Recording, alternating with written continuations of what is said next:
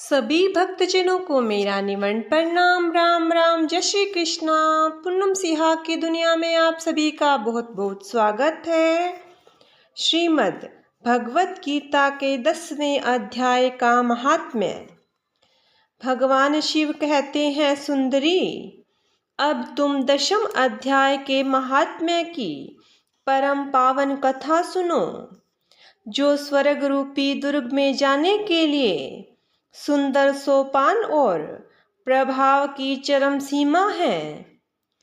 काशीपुरी में धीर बुद्धि नाम से विख्यात एक ब्राह्मण था, जो मुझ में प्रिय नंदी के समान भक्ति रखता था। वह पावन कीर्ति के अर्जन के तत्पर रहने वाला, शांतचित और हिंसा, कठोरता एवं दुस्साहस से दूर रहने वाला था। जितेंद्रिय होने के कारण वह निवर्ति मार्ग में ही स्थित रहता था। उसमें वेद रूपी समुद्र का पार पा लिया था। वह संपूर्ण शास्त्रों के तात्पर्य का ज्ञाता था। उसका चित्त सदा मेरे ध्यान में संलग्न रहता था। वह मन को अंतरात्मा में लगाकर सदा आत्म तत्व का साक्षात्कार किया करता था। अतः जब वह चलने लगता, तब मैं प्रेमवश उसके पीछे दौड़ दौड़ कर उसे हाथ का सहारा देता था। यह देख मेरे पार्षद भृगुरिटी ने पूछा, भगवन, इस प्रकार भला किसने आपका दर्शन किया होगा? इस महात्मा ने कौन सा तप, होम अथवा जप किया है कि समय आप ही पद पद पर इसे हाथ का सहारा देते चलते हैं? भृगुरिटी का यह प्रश्न सुनकर मैंने इस प्रकार उत्तर देना आरंभ किया। एक समय की बात है, कैलाश पर्वत के पार्श्व भाग में पुनांग वन के भीतर चंद्रमा की अमृतमयी किरणों से धुली हुई भूमि में एक वेदी का आश्रय लेकर मैं बैठा हुआ था। मेरे बैठने के क्षण भर बाद ही सहसा बड़े जोर की आंधी उठी। वहां के वृक्षों की शाखाएं नीचे ऊपर होकर आपस में टकारने लगी। कितनी ही टहनियां टूट टूट कर बिखर गई।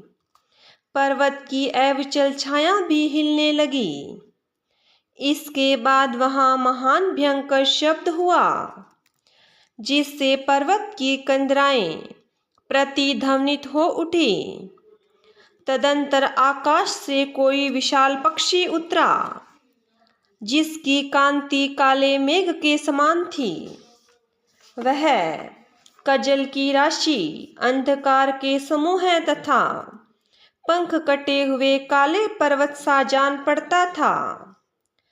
पैरों से पृथ्वी का सहारा लेकर उस पक्षी ने मुझे प्रणाम किया और एक सुंदर नवीन कमल मेरे चरणों में रखकर स्पष्ट वाणी में स्तुति करनी आरंभ की। पक्षी बोला, देव, आपकी जय हो।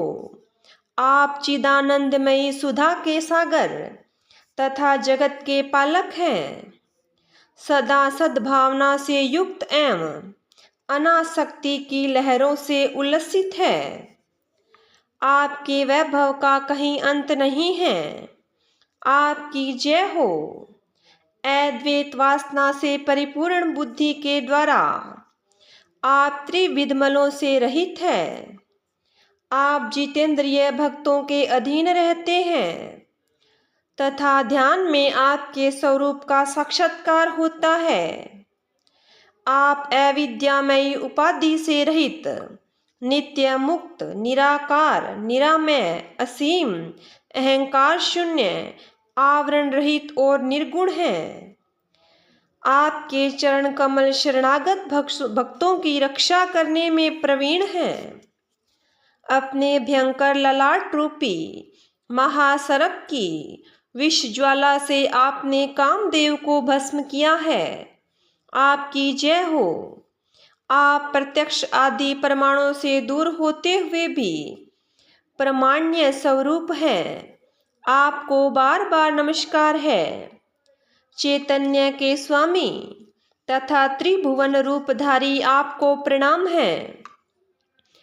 मैं श्रेष्ठ योगियों द्वारा चुंबित आपके उन चरण कमलों की वंदना करता हूँ जो अपार भव पाप के समुद्र से पार उतारने में अद्भुत शक्तिशाली है। महादेव, साक्षात बृहस्पति भी आपकी स्तुति करने की धृष्टता नहीं कर सकते। सहस्त्र मुख वाले नागराज शेष में भी इतनी चातुरी नहीं है कि वे आपके गुणों का वर्णन कर सकें। फिर मेरे जैसी छोटी बुद्धि वाले पक्षी की तो बिसात ही क्या है। उस पक्षी के द्वारा किए हुए इस स्तोत्र को सुनकर मैंने उससे पूछा, विहंगम, तुम कौन हो और कहाँ से आए हो? तुम्हारी आकृति तो हंस जैसी है, मगर रंग कौवे का मिला हुआ है। तुम किस प्रयोजन को लेकर यहाँ आए हो, उसे बताओ। पक्षी बोला, देवेश, मुझे ब्रह्मा जी का हंस जानिए। धुर्जटे जिस कर्म से मेरे शरीर में इस समय काली माँ आ गई है, उसे सुनिए। प्रभो, यद्यपि आप सर्वज्ञ हैं, अतः आपसे कोई बात छिपी नहीं है। तथापि यदि आप पूछते हो तो बतलाता हूँ। सौराष्ट्र सूरत नगर के पास एक सुंदर सरोवर है जिसमें कमल लहलहाते रहते हैं। उसी में से बाल चंद्रमा के टुकड़े जैसे श्वेत मृणालों के ग्रास लेकर मैं बड़ी तीव्र गति से आकाश में उड़ रहा था। उड़ते उड़ते सहसा वहां से पृथ्वी पर गिर पड़ा। जब होश आया और अपने गिरने का कोई कारण न देख सका तो मन ही मन सोचने लगा, अहो, यह मुझ पर क्या आ पड़ा। आज मेरा पतन कैसे हो गया। पके हुए कपूर के समान मेरे श्वेत शरीर में यह काली माँ कैसे आ गई। इस प्रकार विस्मित होकर मैं अभी विचार ही कर रहा था कि उस पोखरे के कमलों में से मुझे ऐसी वाणी सुनाई दी, हंस, उठो, मैं तुम्हारे गिरने और काले होने का कारण बताती हूँ। तब मैं उठकर सरोवर के बीच में गया और वहाँ 5 कमलों से युक्त एक सुंदर कमलिनी को देखा।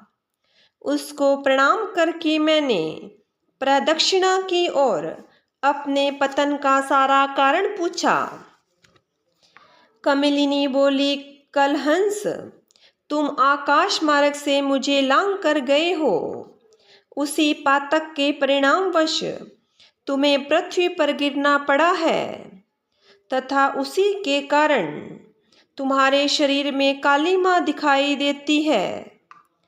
तुम्हें गिरा देख मेरे हृदय में दया भर आई और जब मैं इस मध्यम कमल के द्वारा बोलने लगी हूँ, उस समय मेरे मुख से निकली हुई सुगंध को सूंघकर 60,000 भंवरे स्वर्गलोक को प्राप्त हो गए हैं।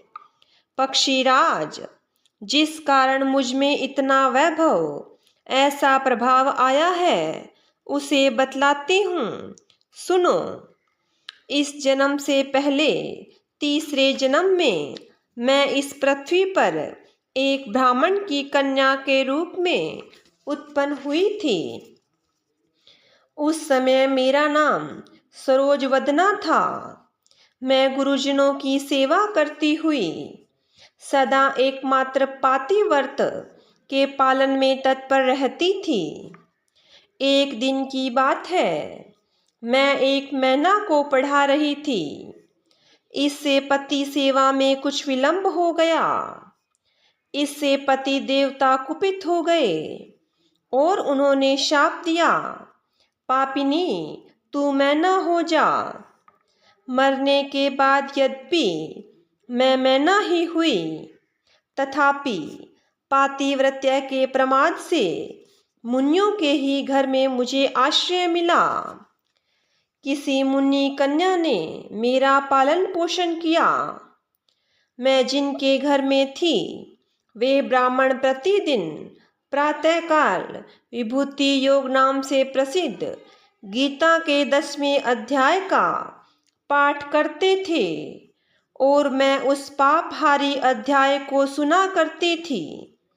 विहंगम, काल आने पर मैं मैना का शरीर छोड़कर 10वें अध्याय के महात्म्य से स्वर्गलोक में अप्सरा हुई। मेरा नाम पद्मावती हुआ और मैं पद्मा की प्यारी सखी हो गई। एक दिन मैं विमान से आकाश में विचर रही थी। उस समय सुंदर कमलों से सुशोभित इस रमणीय सरोवर पर मेरी दृष्टि पड़ी और इससे उतरकर ज्यों ही मैंने जल क्रीड़ा आरंभ की, त्यों ही दुर्वासा मुनि आ धमके। उन्होंने वस्त्रहीन अवस्था में मुझे देख लिया। उनके भय से मैंने स्वयं ही एक कमलिनी का रूप धारण कर लिया। मेरे दोनों पैर 2 कमल हुए, दोनों हाथ भी 2 कमल हो गए और शेष अंगों के साथ मेरा मुख भी एक कमल हुआ। इस प्रकार मैं 5 कमलों से युक्त हुई। मुनिवर दुर्वासा ने मुझे देखा। उनके नेत्र क्रोधाग्नि से जल रहे थे। वे बोले, पापिनी तू इसी रूप में 100 वर्ष तक पड़ी रह। यह शाप देकर वे क्षण भर में अंतर्ध्यान हो गए। कमलिनी होने पर भी विभूति योग अध्याय के महात्म्य से मेरी वाणी लुप्त नहीं हुई है। मुझे लांघने मात्र के अपराध से तुम पृथ्वी पर गिरे हो। पक्षीराज, यहाँ खड़े हुए तुम्हारे सामने ही आज मेरी शाप की निवृत्ति हो रही है, क्योंकि आज 100 वर्ष पूरे हो गए हैं। मेरे द्वारा गाए जाते हुए उस उत्तम अध्याय को तुम भी सुन लो। उसके श्रवण मात्र से तुम भी आज ही मुक्त हो जाओगे। यों कहकर पद्मिनी ने स्पष्ट और सुंदर वाणी से 10वें अध्याय का पाठ किया और वह मुक्त हो गई। उसे सुनने के बाद उसी के दिए हुए इस उत्तम कमल को लाकर मैंने आपको अर्पण किया है। इतनी कथा सुनकर उस पक्षी ने अपना शरीर त्याग दिया। यह एक अद्भुत सी घटना हुई। वही पक्षी अब 10वें अध्याय के प्रभाव से ब्राह्मण कुल में उत्पन्न हुआ है। जन्म से ही अभ्यास होने के कारण शैशवावस्था से ही इसके मुख से सदा गीता के 10वें अध्याय का उच्चारण हुआ करता है। 10वें अध्याय के अर्थ चिंतन का यह परिणाम हुआ कि यह सब भूतों में स्थित शंख चक्रधारी भगवान विष्णु का सदा ही दर्शन करता रहता है। इसकी स्नेहपूर्ण दृष्टि जब कभी किसी देहधारी के शरीर पर पड़ जाती है, तब वह चाहे शराबी और ब्रह्म हत्यारा ही क्यों न हो, मुक्त हो जाता है तथा पूर्व जन्म में अभ्यास किए हुए 10वें अध्याय के महात्म्य से इसको दुर्लभ तत्व ज्ञान प्राप्त है तथा इसने जीवन मुक्ति भी पा ली है। अतः जब यह रास्ता चलने लगता है तो मैं इसे हाथ का सहारा दिया करता हूँ। भृगिरिटे, यह सब 10वें अध्याय की महामहिमा है। पार्वती, इस प्रकार मैंने भृगुरिटी के सामने जो पापनाशक कथा कही थी वही यहाँ तुमसे भी कही है। नर हो या नारी अथवा कोई भी क्यों न हो, इस 10वें अध्याय के श्रवण मात्र से उसे सब आश्रमों के पालन का फल प्राप्त होता है। ओम श्री परमात्मने नमः। 10वां अध्याय। भगवान श्री कृष्णचंद्र बोले, हे महाबाहो, फिर भी मेरे परम रहस्य और प्रभाव युक्त वचन श्रवण कर, जो कि मैं तुझे अतिशय प्रेम रखने वाले के लिए हित की इच्छा से कहूँगा। हे अर्जुन, मेरी उत्पत्ति को अर्थात विभूति सहित लीला से प्रकट होने को न देवता लोग जानते हैं और न महर्षि जन ही जानते हैं, क्योंकि मैं सब प्रकार से देवताओं का और महर्षियों का भी आदि कारण हूँ। जो मेरे को अजन्मा अर्थात वास्तव में जन्म रहित और अनादि तथा लोकों का महान ईश्वर तत्व से जानता है, वह मनुष्यों में ज्ञानवान पुरुष संपूर्ण पापों से मुक्त हो जाता है। हे अर्जुन, निश्चय करने की शक्ति एवं तत्व ज्ञान और अमूढ़ता, क्षमा, सत्य तथा इंद्रियों का वश में करना और मन का निग्रह तथा सुख दुख, उत्पत्ति और प्रलय एवं भय और अभय भी, तथा अहिंसा, समता, संतोष, तप, दान, कीर्ति और अपकीर्ति, ऐसे यह प्राणियों के नाना प्रकार के भाव मेरे से ही होते हैं। हे अर्जुन, 7 तो महर्षि जन और 4 उनसे भी पूर्व में होने वाले सनक आदि तथा स्वयंभुव आदि 14 मनु, यह मेरे में भाव वाले सब के सब मेरे संकल्प से ही उत्पन्न हुए हैं, कि जिसकी संसार में यह संपूर्ण प्रजा है। जो पुरुष इस मेरी परम ऐश्वर्य रूप विभूति को और योग शक्ति को तत्व से जानता है, वह पुरुष निश्चल ध्यान योग द्वारा मेरे में ही एक ही भाव से स्थित होता है। इसमें कुछ भी संशय नहीं है। मैं वासुदेव ही संपूर्ण जगत की उत्पत्ति का कारण हूँ और मेरे से ही सब जगत चेष्टा करता है। इस प्रकार तत्व से समझकर श्रद्धा और भक्ति से युक्त बुद्धिमान भक्तजन मुझ परमेश्वर को ही निरंतर भजते हैं। वे निरंतर मेरे में मन लगाने वाले और मेरे में ही प्राणों का अर्पण करने वाले भक्तजन सदा ही मेरी भक्ति की चर्चा के द्वारा आपस में मेरे प्रभाव को जानते हुए तथा गुण और प्रभाव सहित मेरा कथन करते हुए ही संतुष्ट होते हैं और मुझ वासुदेव में ही निरंतर रमण करते हैं। उन निरंतर मेरे ध्यान में लगे हुए और प्रेम पूर्वक भजने वाले भक्तों को मैं वह तत्व ज्ञान रूप योग देता हूँ, कि जिसे वे मेरे को ही प्राप्त होते हैं। हे अर्जुन, उनके ऊपर अनुग्रह करने के लिए ही मैं स्वयं उनके अंतःकरण में एक ही भाव से स्थित हुआ अज्ञान से उत्पन्न हुए अंधकार को प्रकाश में तत्व ज्ञान रूप दीपक द्वारा नष्ट करता हूँ। इस प्रकार भगवान के वचनों को सुनकर अर्जुन बोले, हे भगवान, आप परम ब्रह्म और परम धाम एवं परम पवित्र हैं, क्योंकि आपको सब ऋषि जन सनातन दिव्य पुरुष एवं देवों का भी आदि देव अजन्मा और सर्वव्यापी कहते हैं।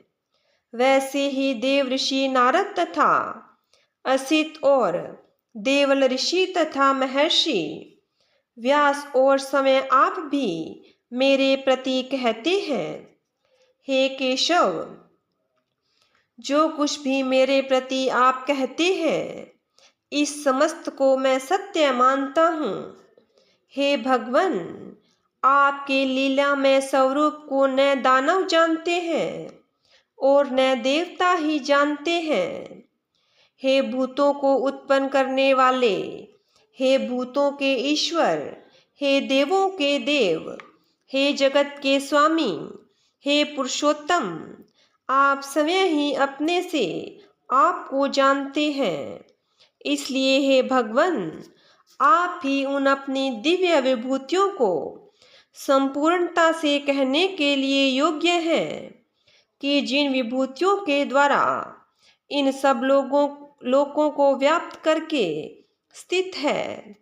हे योगेश्वर, मैं किस प्रकार निरंतर चिंतन करता हुआ आपको जानूं और हे भगवन, आप किन किन भावों में मेरे द्वारा चिंतन करने योग्य हैं। हे जनार्दन, अपनी योग शक्ति को और परम ऐश्वर्य रूप विभूति को फिर भी विस्तार पूर्वक कहिए, क्योंकि आपके अमृतमय वचनों को सुनते हुए मेरी तृप्ति नहीं होती है, अर्थात सुनने की उत्कंठा बनी ही रहती है। इस प्रकार अर्जुन के पूछने पर श्री कृष्ण भगवान बोले, हे कुरुश्रेष्ठ, अब मैं तेरे लिए अपनी दिव्य विभूतियों को प्रधानता से कहूँगा, क्योंकि मेरे विस्तार का अंत नहीं है। हे अर्जुन, मैं सब भूतों के हृदय में स्थित सबका आत्मा हूँ तथा संपूर्ण भूतों का आदि, मध्य और अंत भी मैं ही हूँ। हे अर्जुन, मैं अदिति के 12 पुत्रों में विष्णु अर्थात वामन अवतार और ज्योतियों में किरणों वाला सूर्य हूँ, और मैं 49 वासु देवताओं में मारीची नामक वायु देवता और नक्षत्रों में नक्षत्रों का अधिपति चंद्रमा हूँ। मैं वेदों में सामवेद हूँ, देवों में इंद्र हूँ और इंद्रियों में मन हूँ। भूत प्राणियों में चेतनता अर्थात ज्ञान शक्ति हूँ। मैं 11 रुद्रों में शंकर हूँ और यक्ष तथा राक्षसों में धन का स्वामी कुबेर हूँ, और मैं 8 वसुओं में अग्नि हूँ तथा शिखर वाले पर्वतों में सुमेरु पर्वत हूँ। पुरोहितों में मुख्य अर्थात देवताओं का पुरोहित बृहस्पति मेरे को जान, तथा हे पार्थ, मैं सेनापतियों में स्वामी कार्तिक और जलाशयों में समुद्र हूँ। हे अर्जुन, मैं महर्षियों में भृगु और वचनों में एक अक्षर अर्थात ओंकार हूँ तथा सब प्रकार के यज्ञों में जप यज्ञ और स्थिर रहने वालों में हिमालय पहाड़ हूँ। सब वृक्षों में पीपल का वृक्ष और देव ऋषियों में नारद मुनि तथा गंधर्वों में चित्ररथ और सिद्धों में कपिल मुनि हूँ। हे अर्जुन, तू घोड़ों में अमृत से उत्पन्न होने वाला उच्चैश्रवा नामक घोड़ा और हाथियों में ऐरावत नामक हाथी तथा मनुष्यों में राजा मेरे को ही जान। हे अर्जुन, मैं शस्त्रों में वज्र और गौओं में कामधेनु हूँ और शास्त्रोक्त रीति से संतान की उत्पत्ति का हेतु कामदेव हूँ। सर्पों में सर्पराज वासुकी हूँ। मैं नागों में शेषनाग और जलचरों में उनका अधिपति वरुण देवता हूँ और पितरों में अर्यमा नामक पितरेश्वर तथा शासन करने वालों में यमराज मैं हूँ। हे अर्जुन, मैं दैत्यों में प्रहलाद और गिनती करने वालों में समय हूँ तथा पशुओं में मृगराज सिंह और पक्षियों में गरुड़ मैं हूँ। मैं पवित्र करने वालों में वायु और शस्त्रधारियों में राम हूँ तथा मछलियों में मगरमच्छ हूँ तथा नदियों में श्री भगीरथी गंगा हूँ।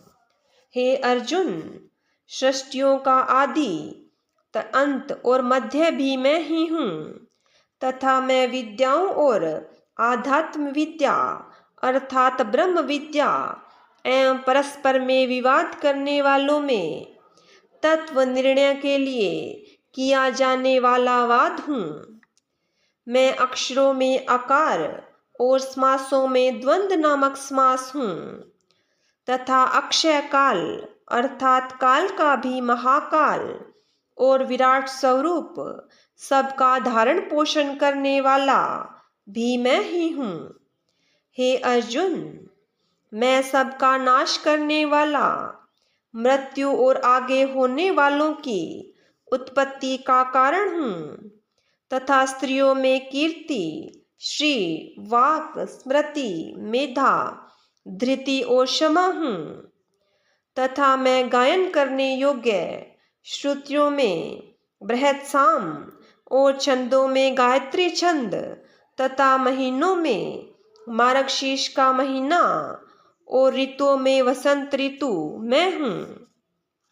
हे अर्जुन, मैं छल करने वालों में जुआ और प्रभावशाली पुरुषों का प्रभाव हूँ तथा मैं जीतने वालों की विजय हूँ और निश्चय करने वालों का निश्चय एवं सात्विक पुरुषों का सात्विक भाव हूँ।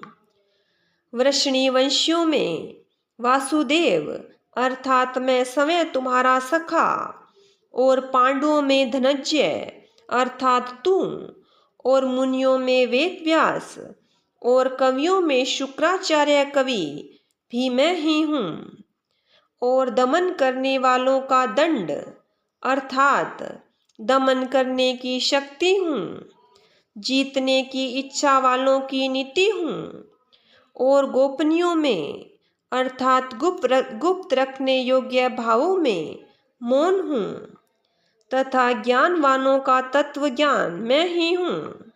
और हे अर्जुन, जो सब भूतों की उत्पत्ति का कारण है वह भी मैं ही हूँ, क्योंकि ऐसा वह चर और अचर कोई भी भूत नहीं है कि जो मेरे से रहित होवे, इसलिए सब कुछ मेरा ही स्वरूप है। हे परंतप, मेरी दिव्य विभूतियों का अंत नहीं है। यह तो मैंने अपनी विभूतियों का विस्तार तेरे लिए अकदेश से अर्थात संक्षेप से कहा है।